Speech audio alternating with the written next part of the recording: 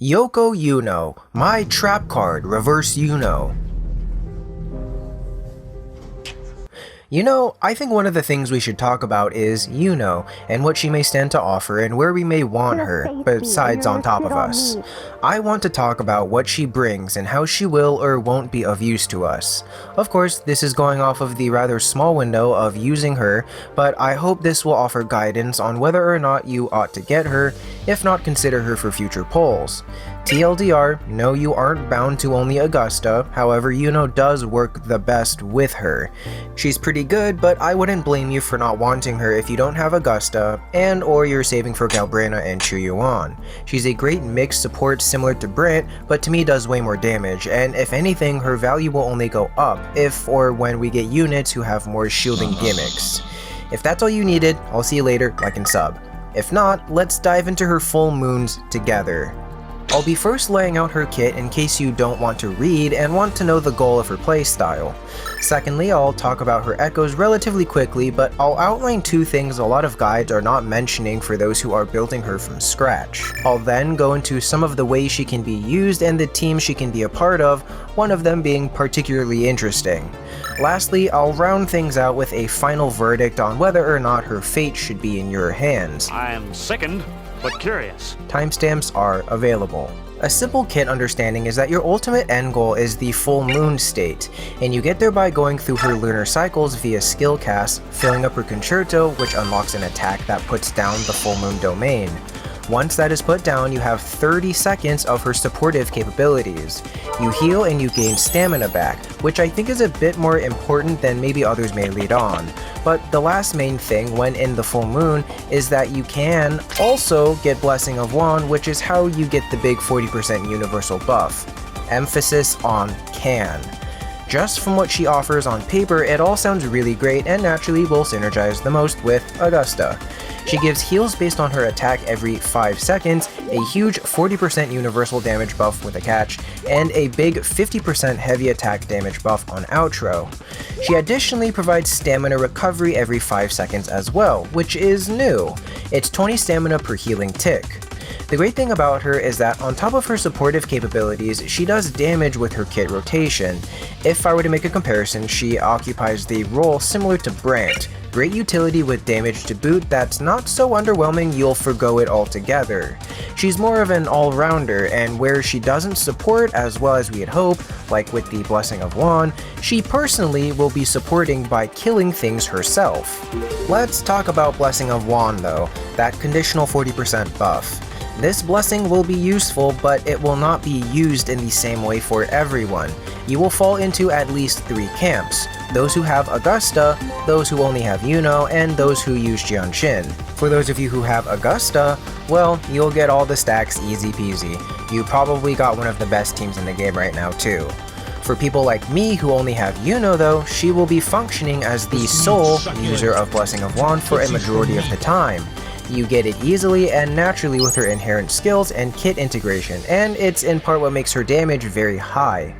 Lastly, for those of you who have Iuno in general but want to try using the blessing on others, many guides will show how Jianshin is the best unit to not only make use of this, but also be used as a nice support as she also gives a liberation damage buff.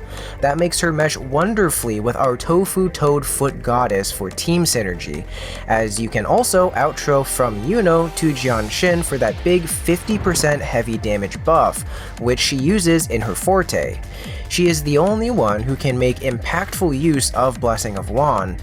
Brant only grants 1 shield for his forte, Tao Chi doesn't shield fast enough for it to matter. Also, as a defense scaler, she won't benefit a lot from attack buffs if you use Iuno or Verena as buffers. Verena's shield is based on fatal hits, and Yuan Wu gives 1 shield on liberation, which is also too slow.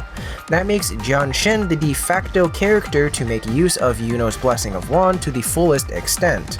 But keep in mind that if you do use her, she does have some clunkiness with her kit. Her forte is stagnant, which makes highly mobile enemies a pain in the ass to deal with.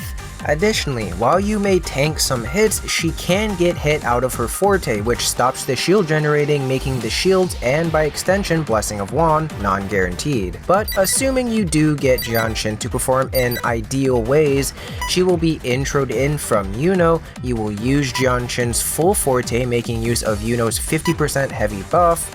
She'll gain the shields and stacks, and by that point you'd Liberation with the buff, hold her skill for a counter stance, and swap back to Iuno for her to destroy everything Jianshin grouped together. You could also Liberation first, but you'll be doing it with maybe one stack of the Blessing. I say to use it last because it'll make use of that 16% buff that you get. Before I move on to teams, I want to run down Echoes real quick, with two not widely mentioned considerations to help min-max Echoes and your future prospects. She's not terribly hard to build. She gets a 3 Echo set, which is wonderful for her. Both support sets are strong as dedicated supports, and if you farmed up a Lingering Tune set, she can make use of that as well as a placeholder set until you get what you want. Sierra Gale works well with her, and Windward Pilgrimage is another nice DPS focused option if you have ways to apply Erosion. After all, you only need to hit an opponent inflicted with Erosion to get the buff from the set. Remember that.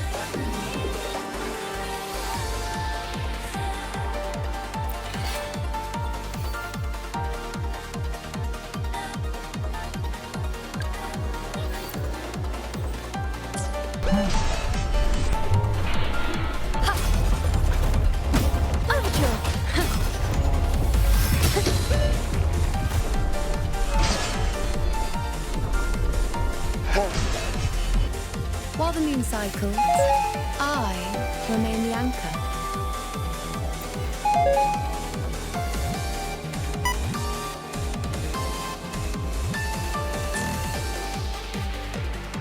But I need to mention those two min-max things that may help you when building her Echoes from scratch.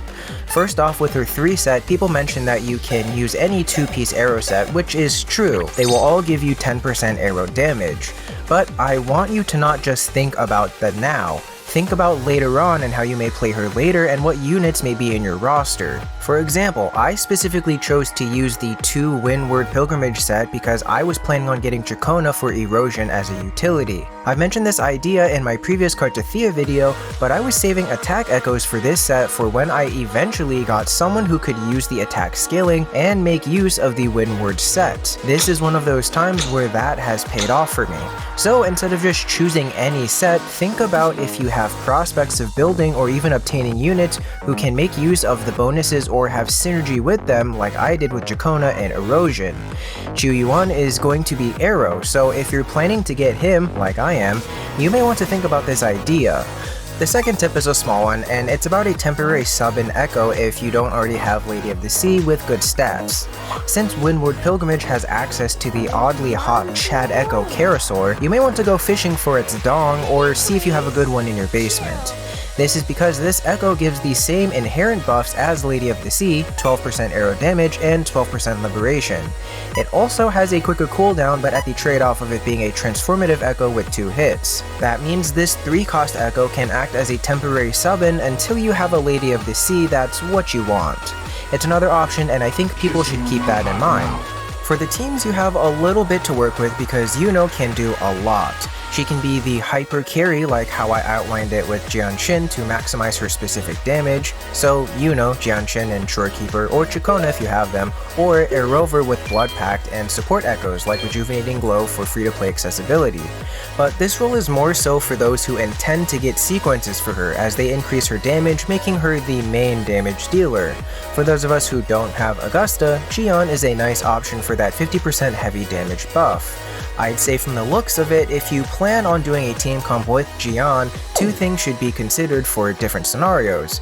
If you're trying to amp up Xion the most, Moonlit would be your friend because you're adding in that attack buff on swap-in. But whether or not you use Moonlit to support him or another Echo set for Iuno, you need to make sure she's using those feet of hers to trample on things because she's strong. Again, what she lacks in the supportive department compared to someone like Mortefi, she makes up with quicker and smoother concerto style and a lot more damage. Zani and Phoebes are also honorable mentions as a pair to have with Iuno too. But here's one more thing that's a little more interesting that not a lot of people talk about. The off teams. This isn't particularly made or thought with meta in the mind, by the way. What I mean by that is using characters who can heavy attack a lot but aren't specific to that role like Gion or Augusta in damage profile. With Iuno's kit, she provides stamina recovery too, and that means you're given way more leeway on heavy attack utilization and won't run as low on stamina. It feels like they're nudging you there since stamina recovery is entirely new for support units. I think this is where her stamina recovery comes the most in handy, on top of also kind of patching up the bad habit of dodging all the time. As an example, Rover unironically in the past for me has paired stupidly well with Mortefi as a heavy attacker back when Zani, Frazzle, and the heavy attack buffs were a thing in Tower of Adversity. Rover also has a powerful heavy attack which can be leaned into with decent efficacy and can be seen more seriously when Furlova is paired with them because of her heavy attack and Havoc buff.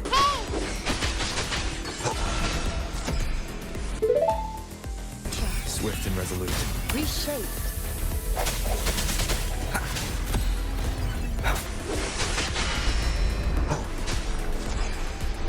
That's pretty good. Jingle, jingle, pay attention. Always gotcha. Check phones. Check phones.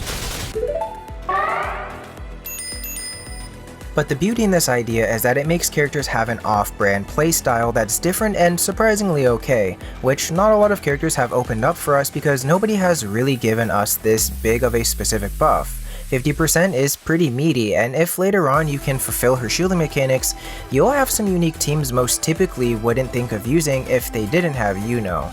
For me, my top contenders for the idea were both Rover and Rover, and surprisingly Phoebes by herself, but she functions more or less the same. I say surprisingly on Phoebes because typically Zani, Phoebes, and a flex like Shorekeeper is the team, but I found a lot of efficacy in Phoebes, Iuno, and Chacona as an actual good damaging team. I think you can also have some fun with Yuan Wu as his heavies are enhanced in speed. He's not super strong, but maybe one day he'll rip off his shirt and take off his hat in defensive glory. But Rover and Rover I think are the two least talked about underdog benefactors of Iuno's 50% heavy buff and stamina recovery. This section is more not talked about info you should be aware of. Something not many others mention about Echoes is that they give shields too. Well, one Echo can, and that's the Stonewall Bracer, who does give one shield. Unfortunately, the Bellborn doesn't count as a shield towards Blessing of Juan. But this is important to bring up because it adds in some hopium for the future and that we could get some shielding echoes to help add utility with Iuno or other future characters specifically. Is Stonewall worth it? No, absolutely not. In this current iteration of Tower Adversity, maybe you can make an argument for it because of the buffs, but outside of very specific conditions which aren't decided by us, you should continue running the usual echo costs, but it's something to keep in the back of your mind. On the topic of Iuno, she does not have a heavy attack in her kit, so that means certain things are useless on her, the most pertinent one being Gion's outro spears if you happen to swap off to her. No, her flux attacks don't count as heavies, unfortunately. This person doesn't know what the hell he's doing. Speaking of healing, while yes, she does heal like I said in her kit, it's not the strongest healing in the world. It happens every 5 seconds for a total of 6 heals while the domain is active. So be careful of your enemies and when you're attacking because it's easy to miss Shorekeeper and Verena if Iuno is your dedicated healer for the team. The Fatal Attack Revive is something that, at least for me, I noticed pretty immediately. Additionally, on the topic of Iuno and getting hit, she can avoid some attacks while in air, but that doesn't mean she's just immune. It's not a thing to count on, but it's neat when it happens. Much like Brent, since chunks of her kit are in the air, she also needs to worry about being tossed around if you're not careful. This especially applies to her skill activations like her skill to enter the lunar cycles and her full absolution state that brings the full moon. The animations are long, so cancels and being a bit cognizant are helpful. Lastly, while in her moonbow state, her skill can be directionally inputted, changing where you are physically. It can create distance if you need it, or move you behind or to the sides of enemies very quickly. Overall, she's great fun and is surprisingly strong when I thought she wouldn't be. She's to me more of an attacker with healing as a secondary thing and the heavy buff as the main appeal for support. Again, I don't blame you if you don't want her because of who's coming up or because she's missing her scissor sister Augusta. But to me, Iuno has offered a lot to my account and I will be using her a lot. Mortefi, however, will be enough for a nice chunk of people, and he may be the reason why you don't want Iuno because he fills her biggest support role, if not more, when combining everything he offers. Static Mist, Moonlit Set, and Sequence 6, plus his heavy buff, is what Iuno is competing against number and benefit-wise. She's not a total sub-in for healers like Verena and Shorekeeper, but she does just enough to where you can get away with practically a full damage team. You can play smarter to take advantage of that, or you can play it safer by having them in as they still have a place with Iuno regardless. Either way, I hope fate is kind to you whichever way you go. I hope this info has helped you. In any case, thank you for letting me take your time, like and sub, and be safe out there.